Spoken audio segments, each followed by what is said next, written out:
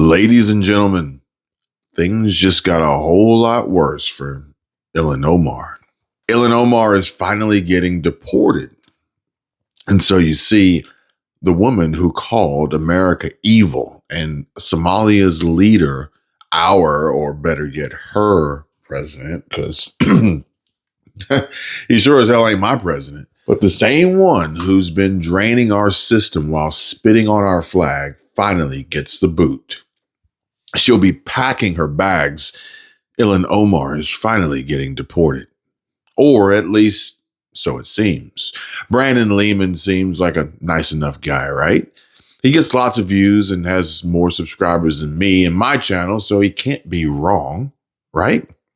Plus, he's in my YouTube studio analytics as a channel my subscribers watch. But for years, we've all watched her, Ilhan Omar, that is, the Somali refugee turned Congresswoman, and watched her turn her back on the country that gave her everything. And make no mistake, that was this great country of America. However, yet and still, she praises Somalia like it's home sweet home, while Minneapolis turns into Little Mogadishu on steroids.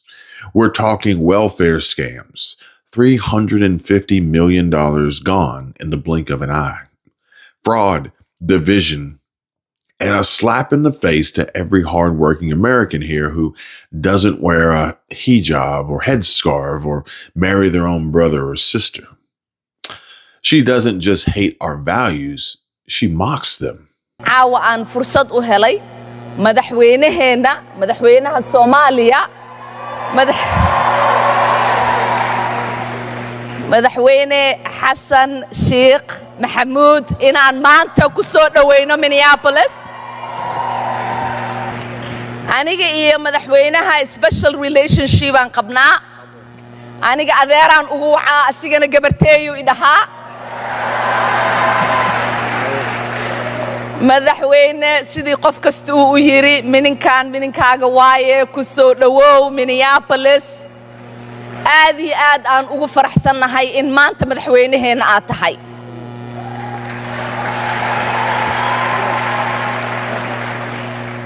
Soomaaliya dadka meeshaan wada joogo dhan waa gurigooda, annaga ma dareensannihin in ay naga tahay meel naga fog.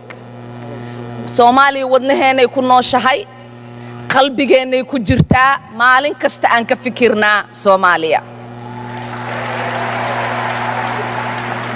But now the tide is turning. Trump's back and he's got her name on the list. Denaturalization, deportation, justice. Christmas comes early, folks. She's on the naughty list. About how Somali immigrants in Minnesota have been ripping off American taxpayers. In fact, 86 people have been charged in a rampant and widespread fraud scheme spanning multiple programs in Minnesota. Of those 86, 78 of those people are Somali, 91% of them charged. So far, 59 of those people have been convicted for their roles in fraud plots that have stolen $1 billion from taxpayers. In one scheme, and this is egregious, a nonprofit and its affiliates with these Somali migrants claimed to have fed tens of thousands of American children during the pandemic. They were reimbursed for those meals by taxpayers. However, federal prosecutors found that almost all of those meals were never even delivered to hungry children. In fact, those organizations' leaders spent the money on houses, luxury cars, and real estate in Turkey and Kenya. This is it, ladies and gentlemen. The bombshell proof straight from the front lines, off the president's desk, and heard loud and clear from behind the White House press secretary's lectern. But wait, there's more. I'm talking leaked plans, insider scoops, and just why Omar's days in D.C. are numbered. Because when this shit hits the fan and it's all said and done, she's not just leaving. She's getting dragged out.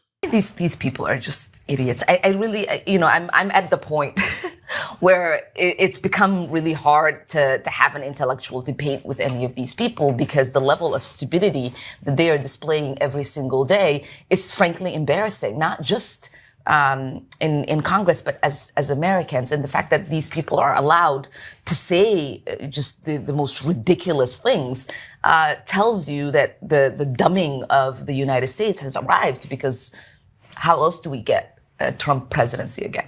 The people from different countries that are not friendly to us, and countries that are out of control themselves. Countries like Somalia that have virtually no government, no military, no police. All they do is go around killing each other. Then they come into our country and tell us how to run our country. We don't want them. They're not good countries. They're very crime-ridden countries. They're countries that don't do a good job. They're countries that don't register from the standpoint of success. And we, frankly, don't need their people coming into our country telling us what to do. When you talk about and I'm talking about like Somalia, where you have a congressman goes around telling everybody about our Constitution, and yet she supposedly came into our country by marrying her brother. Well, if that's true, she shouldn't be a congressman, and we should throw her the hell out of our country. Ellen may want to bite her tongue, or at least retract her words there, because the only idiot I see is also the only non-American I see. And that's you, baby girl. But perhaps the better question we should be searching for answers to is, how on God's green earth did Minnesota end up with a Tim Walz governorship? That is what I want to know, because not only is he retarded, allegedly, but he is most certainly, quite literally, figuratively, a piece of shit. But I'll tell you who is a complete piece of shit. I'm going to tell you right now. There have been a lot of swear words at this Tim table today. Walz, Okay. the governor of Minnesota, holding up a phone in front of a rally saying, well, we thought we were going to wake up and find out the president had died. Someday it'll happen. Someday it'll happen. Although I will say this, the last few days you woke up thinking there might be news. Just saying. Just saying. There will be news sometime. Just so you know, there will be news. And I used to say he was the biggest buffoon in American politics, but it's worse now. Oh, yeah. It's worse now. Worse. For tampon, I'm friends with school shooters, like to have a swig of some fresh jerked horse blast, repeat offender of stolen valor, and frequenter of Tiananmen's Tim No Balls Walls. We're going to start in Minnesota, where a scandal is engulfing Democratic Governor Tim Walz. And we have to start with acknowledging the dogged reporting of Christopher Rufo on this. He broke the story, and he's forcing the mainstream media to follow it. This situation involves fraud across multiple sectors of the Minnesota state government, with taxpayer money winding up in some truly horrendous hands. Terror group linked to al-Qaeda. Justice Department says it will take a look. National correspondent Jeff Paul has details. They're calling for an investigation. 4 Minnesota Congress members addressing the state's U.S. attorney, demanding answers after a report claimed taxpayer dollars were ending up in the hands of Somali terror group al-Shabaab. If you're paying taxes for services you expect and things you expect your state government to provide, those taxes should not be going to a terrorist group in a foreign country. House Majority Whip Tom Emmer is referencing this article written by urban policy magazine City Journal, which is published by a conservative think tank, the Manhattan Institute. Citing unnamed sources, the report alleges funding that was supposed to go to state programs to help with housing and feeding people was being stolen. Without specifying an amount, the article claims some of that money was then sent to Somalia through a complex network where it eventually ends up aiding the al-Qaeda-linked terror group. It begins with the state's Medicaid Housing Stabilization Services, or HSS, which allows for Medicaid funding to be used for housing. Now, when it started in 2020, the cost of this was $2.1 million. Next year, it was $21 million. Next year, $42, then $74, and finally, a $61 million program in the first half of 2025 alone. The program was shut down on August 1st of this year due to at least 77 payments having credible allegations of fraud. And you don't know the half of it, folks. But trust me, stick with me here and stay locked in. I'm going to tell you all about it and get you caught up to speed on not only old Timbo, but Ilhan Omar, the entire little Mogadishu Somali fraud ring, the ICE deportations, and more. And so if you're sick of elites like him and her selling out America, subscribe to my channel right now because it really does help out a lot. And as always, in a calm and casual conversation amongst friends, like-minded, family, I'll bring you the latest and full timeline of their scams. Drop a deport her now in the comments if you're with me and help this video go viral. All right, folks. Now, if you're ready for the truth, let's dive in. And so you see, a scandal is engulfing Kamala's deadweight running mate, Governor Tim Walz in Minnesota. The details are absolutely stunning. Plus, as you all saw and or heard earlier, as I know some of you tune into my show and like to listen as a podcast as you're working, at work, around the house, or maybe even on your daily commute. And Karoline Leavitt just absolutely torched Tim Walz in the Somali invasion of Minnesota, letting everyone in the room know about how Somali immigrants in Minnesota have been ripping off American taxpayers. And 59 Somalis have been convicted for their roles in fraud plots that have stolen $1 billion from taxpayers.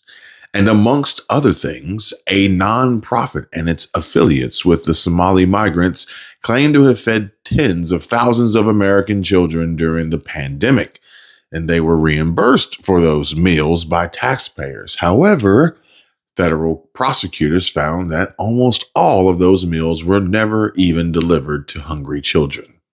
And so, folks, get this. Those organization leaders spent the money on houses, luxury cars, and real estate in Turkey and in Kenya. Absolutely reprehensible. And let me know what you all think. And if Trump should start denaturalizing and deporting these people now, because we're done. There needs to be accountability. Pam Bondi, Kash Patel, where you at? Where you at? And folks, let me know if you're all sick and tired of the bullshit. Welcome back. So you know who is attacking Minnesota Governor Tim Walz over Somali Americans in Minnesota who were convicted of defrauding a COVID-era government program for hundreds of millions of dollars. He called the governor a slur for people with intellectual disabilities. And here's what Tim Walz responded. The seriously blank governor of Minnesota, Tim Walz, does nothing either through fear, incompetence, or both. Using that term is just so damaging. It's hurtful. We have fought 3 decades to get this out of our schools. Kids know better than to use it. But look, this is what Donald Trump has done. He's normalized this type of hateful behavior and this type of language. And mainly, look, at first, I think it's just because he's not a good human being. But secondly, to distract from his incompetency. I think there's something wrong with him. Absolutely, sure. You don't think You have a problem with it? You know what? I think there's something wrong with him.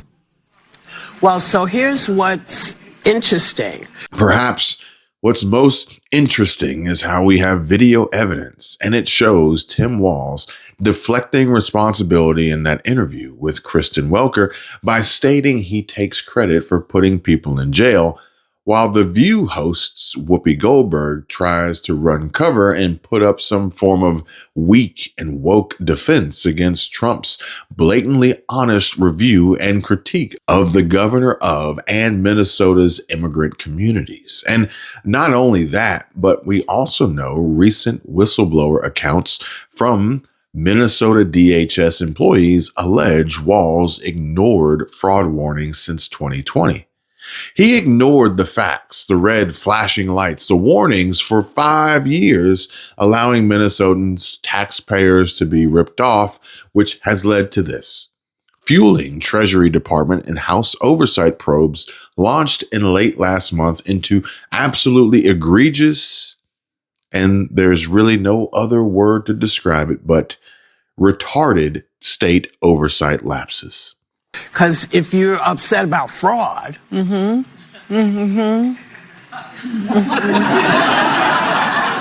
2018, a judge ruled that you know who had to pay $25 million due to his fraudulent university. In February 2024, a New York judge found him, his sons, and his organization liable for fraud. Then 3 months later, he was found guilty on 34 counts of fraud in relation to his paying off of Stormy Daniels. And just this weekend, he commuted the sentence of David Gentile, a private equity exec who was convicted on defrauding thousands of investors. As I live and breathe. Man, folks, listen up, because Whoopi has gone off the deep end and needs to have her head examined. She may need an MRI. But the hypocrisy of The View and its hosts has just gotten so way out of hand, and it's almost hard to fathom and believe. And side note, Karoline Leavitt just stunned the fake news by releasing President Trump's MRI results on the spot. And might I add, he's in amazing health. The MRI, because President Trump yesterday said that he would release the results of his MRI. Is that happening right now? It is happening right now. As part of, and this is a summary from the president's physician, and we will release it right now. I think my team has it teed up for all of you. I'll read it for you, and then you'll get it physically as well. As part of President Trump's comprehensive executive physical, advanced imaging was performed because men in his age group benefit from a thorough evaluation of cardiovascular and abdominal health. The purpose of this imaging is preventative, to identify any issues early, confirm overall health, and ensure the president maintains long-term vitality and function. President Trump's cardiovascular imaging was perfectly normal.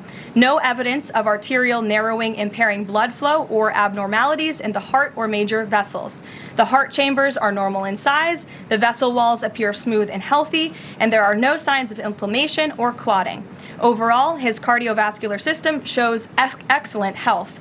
His abdominal imaging is also perfectly normal. All major organs appear very healthy and well perfused. Everything evaluated is functioning within normal limits with no acute or chronic concerns. The left, the fake news, media, Dems, their obsession over this was pathetic.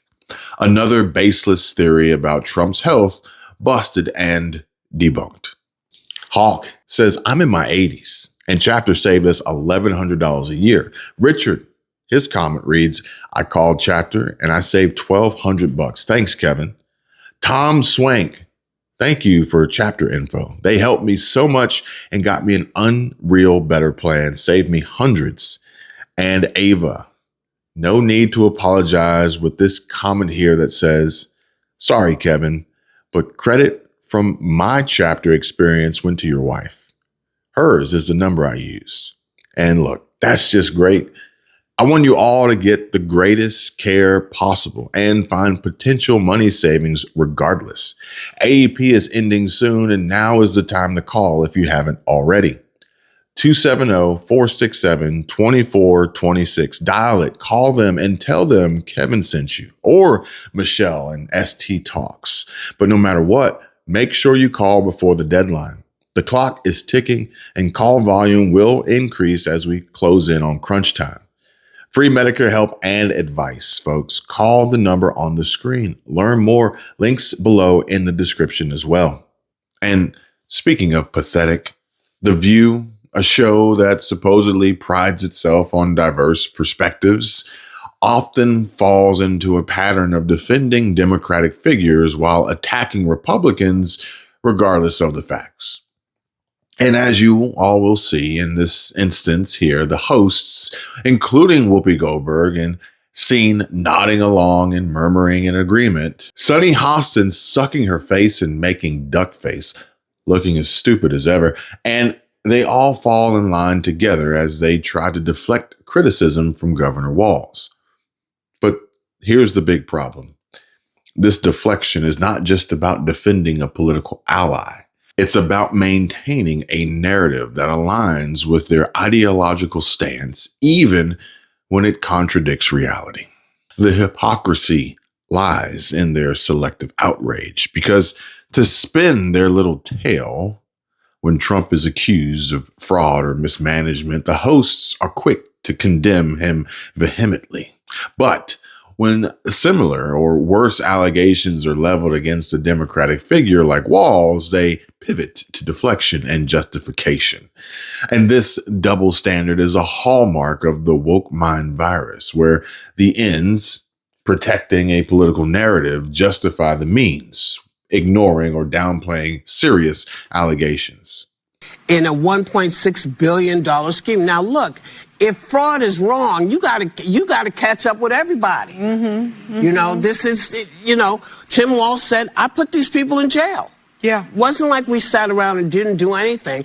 And the horrific part is, why is he painting all Somali Americans with this paintbrush? And he's, I mean, listen, the word he used to describe Tim Walz is And you just have to call it what it is. Twisted reality and the woke mind virus.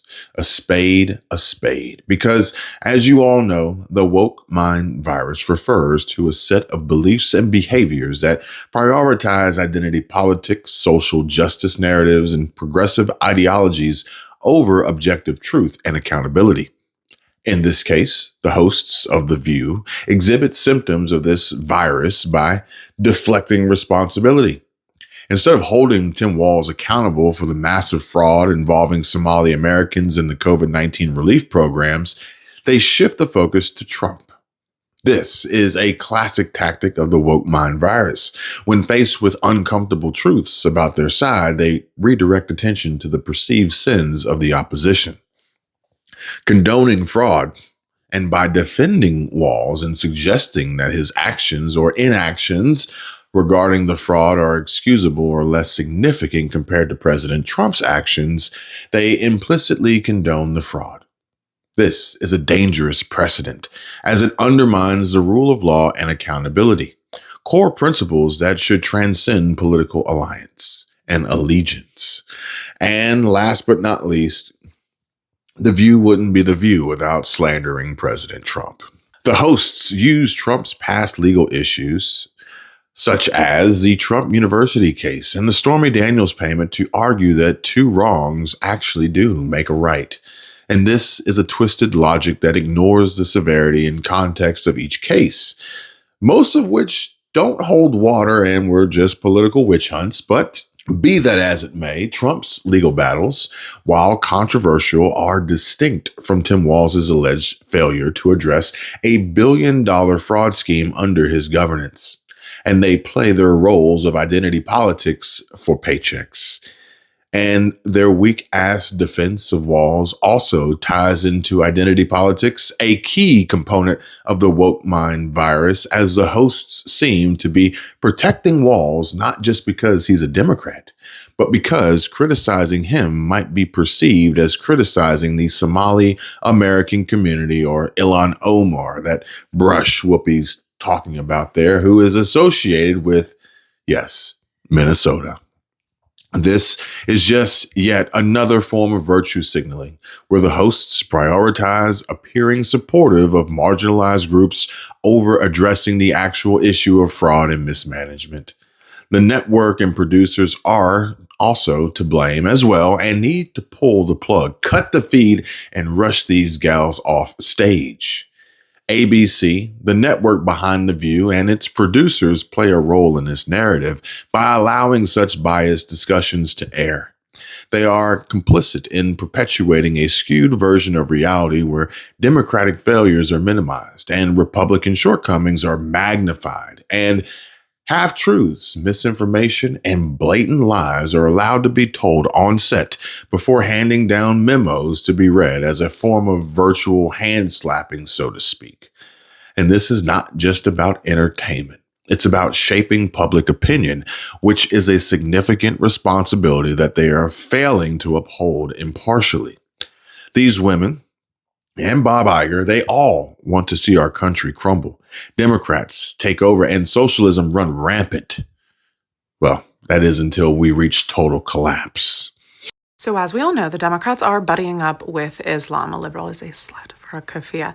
So I figured let's go ahead and review the Liberals' top issues, the points they claim to care the most about, and see how this partnership is going to go with Islam. Let's start with abortion rights. Oh, we're already 0 for 1. Muslim majority countries don't have abortion rights. Okay. What about transgenders? The Liberals love a man and a woman space. Totally claim to protect those. Oh, they're embracing an ideology that kills them. Shoot. Okay, well, what about the gays? The gays. Personally, I love a gay. I think the gays should, cut ties with the XYTQ, whatever, alphabet people, but I don't think the alphabet people should die. Oh, in Islam, they do. They also think the gays should die. Shoot. Okay, we're 0 for 3? 0 for 3. What about a DEI group? The Liberals love a minority. Oh no, Islam has this thing called convert or die. Shoot. Die a martyr in the name of Allah. Oh yeah, religion. Religious freedoms. Liberals don't really like religion. Shoot. Again. Convert or die. Oh no. Okay. What about children? Everyone can get on board with protecting children. Oh, 90% of Muslim majority countries, they practice child marriages. Okay, we're going to find one. What about women's rights? Shoot. They don't have that. No, they don't do that in Muslim majority countries. They believe women have half a brain. Oh, and you can't vote. Oh no. What about just the ability to elect a leader, like democracy, a republic, representatives? Oh, 75% of Muslim majority countries are classified as authoritarian regimes or absolute monarchies. Oh, okay. What about basic human rights? I feel like that could be. Oh, shoot. Okay. Doesn't seem like this partnership is going to go so well. Kind of seems like what's going to happen is the Liberals are going to embrace it for votes, and then when they embrace it, they're going to get turned on, just like they've done to every other group they've invaded. Maybe, just maybe, the conservatives who say that Islam is not compatible with the Western world, they're not bigoted, they're not racist, they just understand it. Just want to see your rights protected. They want gays, women, children to continue having rights. Maybe. But what do I know? I'm just a girl with half a brain. A young girl posting common sense research and facts, and her findings with just half a brain is at least 10 times that of the women hosts on The View. And the irony of defining a woman just has to make you laugh sometimes, though. I mean, because the irony here is palpable. The hosts of The View, who often engage in debates about what it means to be a woman in the context of transgender issues, fail to hold a male governor accountable for serious allegations. This inconsistency highlights a deeper issue within the woke mind virus, the selective application of principles based on political convenience rather than consistency, as Governor Tim Walz falsely implied this weekend that he jailed the Somali fraudsters he let operate under his watch. And now The View falsely says Walz jailed the Somalis. And do you all see how this works? And for the record, Walz had little to do with jailing them. It was a federal operation. And so, yeah, Trump did that. And so, Whoopi, how's that for catching up with everybody? In a $1.6 billion scheme. Now, look, if fraud is wrong, you got to catch up with everybody. This is, Tim Walz said, I put these people in jail. Yeah. Wasn't like we sat around and didn't do anything. And the horrific part is, why is he painting all Somali Americans with this paintbrush? Listen, the word he used to describe Tim Walz is to me, Whoopi, it sounds like you might have a touch of the tard yourself, ma'am. And we all know Tim Walz is in fact a liar. Governor, just to follow up on that, the question was, can you explain the discrepancy? Just, all I said on this was I got there that summer and misspoke on this. So I will just, that's what I've said. So I was in Hong Kong and China during the democracy protests, went in. And from that, I learned a lot of what needed to be in governance. Thank you, Governor. And so just because he says something, don't expect me or anyone else watching my videos for that matter to believe him. But ladies and gentlemen, Walz knew. The DOJ has opened an investigation into how taxpayer dollars ended up funding the Somali terrorist group Al-Shabaab after whistleblowers say Tim Walz retaliated against him. By threatening their jobs, Walz also disempowered the state's auditor. So Tim Walz and his findings can be ignored. After that happened on September the 18th, 6 Somalians in Minneapolis were indicted over this HSS fraud. Federal charges were brought by the U.S. attorney there. This was just the first round of his indictments. Now, the crimes here are severe. It wasn't just typical Medicare or Medicaid fraud.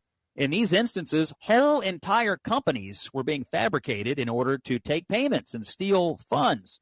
The same day that these fraudsters were indicted, another person from the Somalian community there pleaded guilty in a case called the Feeding Our Families case.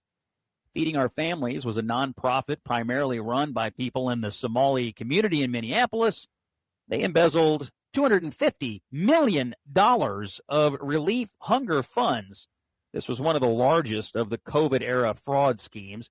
Just 6 days after this round of indictments went down, another one was served, this time for a woman named Asha Farhan Hassan, also from Minneapolis. She was involved in a $14 million fraud against the state. Now, here's what she would do. Approach families in the community and have their children registered into autism therapy services, regardless if they had autism or not. Parents who took part in that scheme were given monthly kickbacks of somewhere between $300 and $1,500. Between 2018 and 2023, autism claims to HSS in Minnesota went from $3 million to start to a whopping $400 million. Providers went from 41 providers to 328 providers in the same period. Many of these were new centers for autism treatment. This is a huge black eye to the nonprofit community. There was lack of oversight. There's criminal intent. Minnesota Congresswoman Ilhan Omar spoke at the state's capitol yesterday with other state leaders. She didn't directly mention the allegations of the report, but responded to Trump's announcement last week that he was terminating temporary protected status for Somalis in the state. Trump writing that Somali gangs are terrorizing the people of Minnesota. There is not a single evidence that the president or his coonies have put forth that there are any single resource from taxpayers in Minnesota that has gone to aid and abet terrorism. That language is dangerous. We reached out to the Justice Department about the allegations. A DOJ official tells us the department takes fraud of any kind extremely seriously, and this referral will be thoroughly investigated. So there's all this fraud to the tune of hundreds of millions of dollars, all sorts of indictments. And you're probably asking yourself, where did all this money go? If only it were as simple as fancy cars and expensive jewelry, but it's not. It looks like it may have wound up in the hands of terrorists. Al-Shabaab, to be exact. That Al-Shabaab, the Al-Qaeda offshoot. So you had Somalis embezzling money from American taxpayers. The money is being sent back to Somalia, and there it's winding up in the hands of terrorists. In 2023, about $1.7 billion wound up back in Somalia of U.S. taxpayer money. What does this all mean politically? Well, for starters, Tim Walz continues to be one of the worst governors in America. Congratulations to Gavin Newsom for being off the hook for now. Well, just hold up 1 second there, Scott. Almost, but not quite. Newsom said, hold my beer. Here's a story just from the campaign trail a few weeks ago. I met a guy who owns a hotel, an airport hotel near Sacramento, the seat of California's government. And he had a new employee to drive the shuttle bus to the airport from Afghanistan, an immigrant from Afghanistan. After 2 days, this person said to the owner of the hotel, could he please be paid in cash? And the person I was talking to said, well, no, we don't do it like that. You're on payroll. Why do you want to be paid in cash? Well, I'm worried that I'll lose all my welfare benefits. Really? How much are they? Here's the number. $7,000 a month.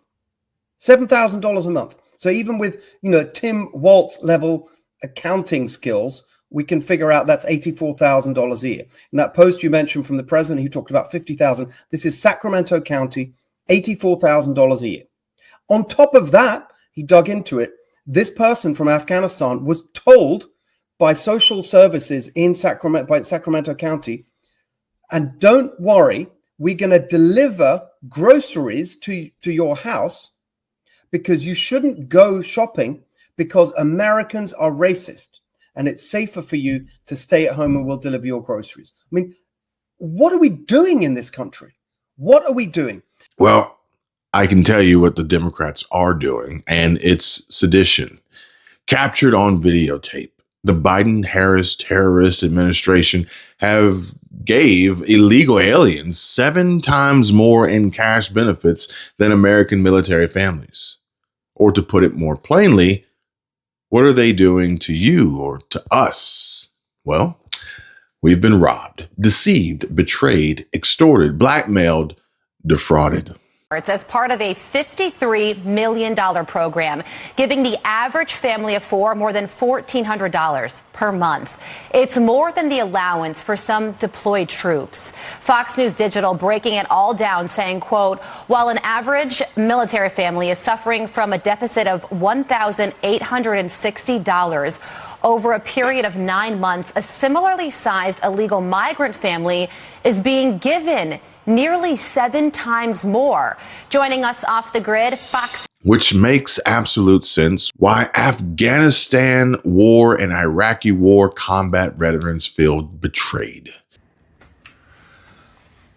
I just got done listening to Ilhan Omar talk about how horrible and terrible and dirty and everything else that this country is. Denigrating this country, denigrating half of the people in it. This country has been very kind, benevolent, and gracious to her and countless others.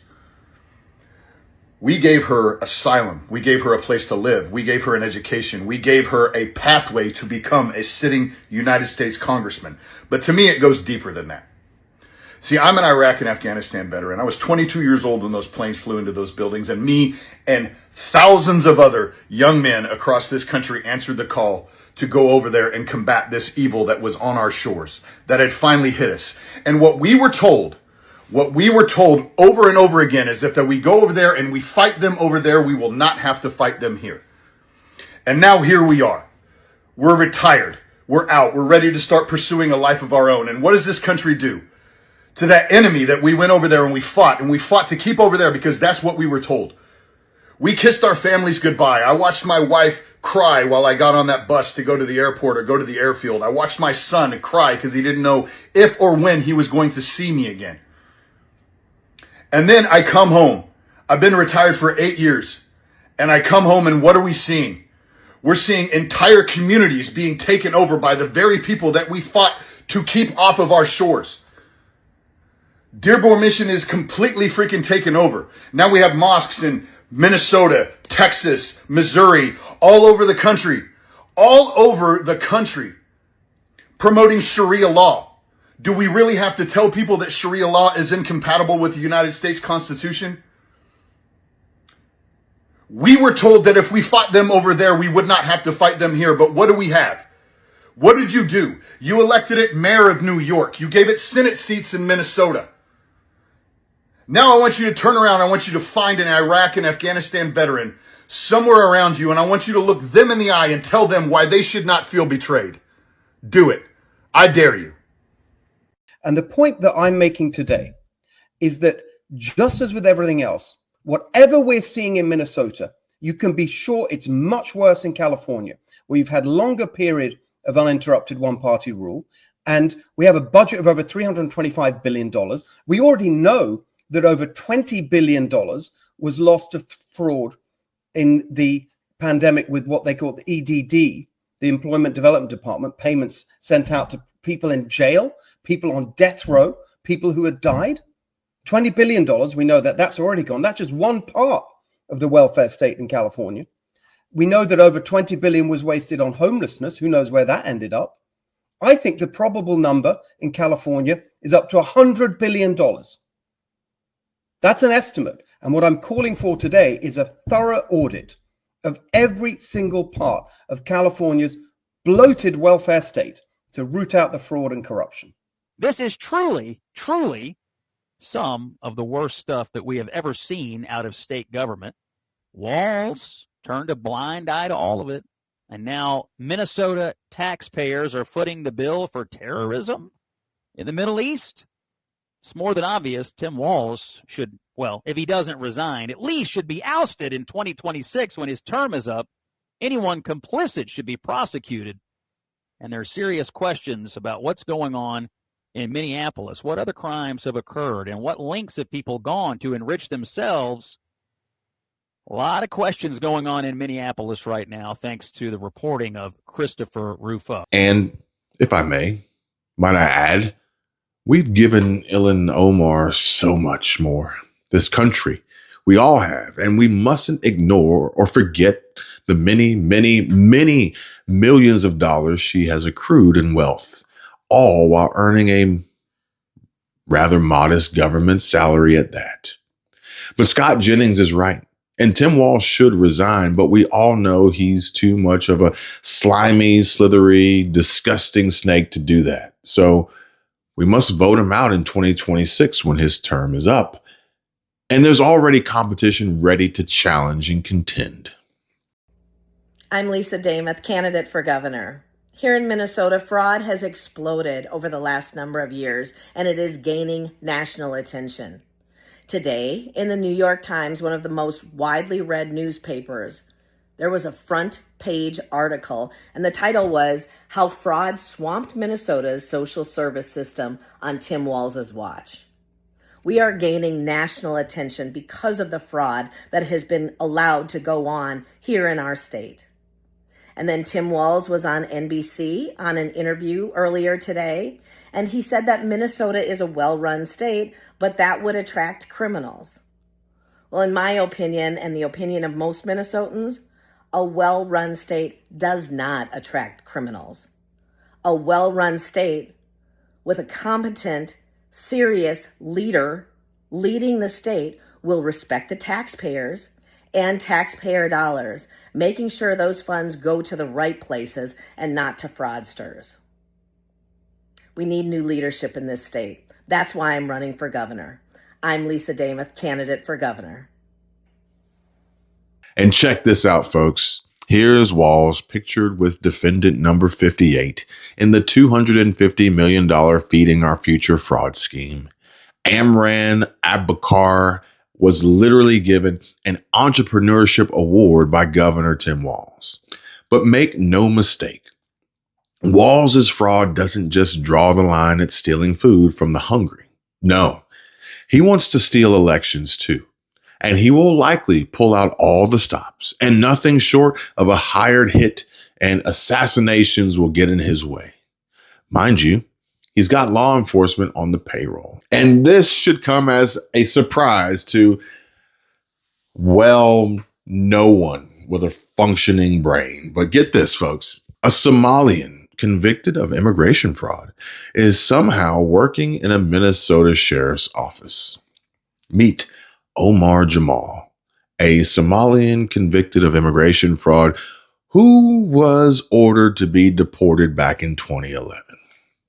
But to this day, Jamal is currently working as a community service officer for the Ramsey County Sheriff's Office in Minnesota.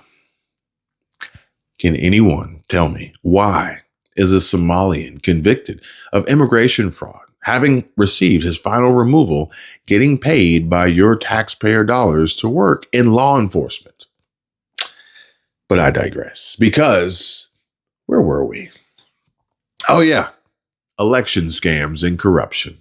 Allegations in a Minnesota voter fraud case that first came to light this summer. 2 people pleaded guilty in federal court to being paid to help register voters. In all, 500 to 600 fraudulent voter registration applications were submitted to election officials in offices in 13 Minnesota counties. Esme Murphy has been following this case, and she joins us now. Esme? Hi there, Frank. It was some sharp election workers in Carver County who realized the names and addresses on the voter registration forms did not match with any county residents. Prosecutors charged 2 people with 1 count each of voter registration fraud. According to the charging documents, the 2 were paid by an unnamed foundation to help register voters. The 2 defendants pled guilty this summer and have since moved out of state. The scope of the 2-year FBI and state investigation was not previously known. And it's very significant that they said today it was 13 counties, between 500 and 600 fake voter registrations. And that's just from 2 of the independent contractors that worked with this group. The investigation involves scouring hundreds of records. On guidance from the FBI, the voter registration applications were mailed directly to the election lead, and instructions were shared to use gloves when handling the forms. In testimony before the committee, Minnesota Secretary of State Steve Simon says the system designed to catch voter fraud worked. This is a case about individuals who conspired to submit false voter registration applications. This is not a case about fraudulent votes. And this is ultimately a case of the system working. How many were in the system is challenged. Republican Committee Chair Kristen Robbins, who is running for governor, says she has additional concerns that the unnamed foundation that paid the 2 workers is funded by state taxpayer dollars. 99% of their budget comes from state grants. So this is a group that the state is funding and that then went out and did these voter registrations.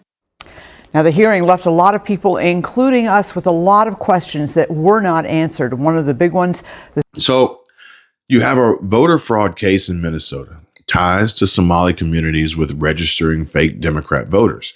And fake names and addresses were created for hundreds of voter applications submitted to election offices in 13 unnamed counties, including Ilhan Omar's district, paid by an unnamed foundation to help register voters. You really can't make this stuff up anymore, folks. But enough is enough. And so, folks, that's the cold, hard truth that they don't want you to see. Ilhan Omar's house of cards is collapsing. And this time, there's no Democrat machine big enough to save her. From her open declarations of loyalty to Somalia, calling their leader our president while turning her back on America, to resurfaced allegations of immigration fraud, including marrying her brother to game the system, the evidence has piled up for years. Investigations may have stalled in the past, but with Trump back in the White House, the denaturalization process is finally kicking into high gear. He's made it clear.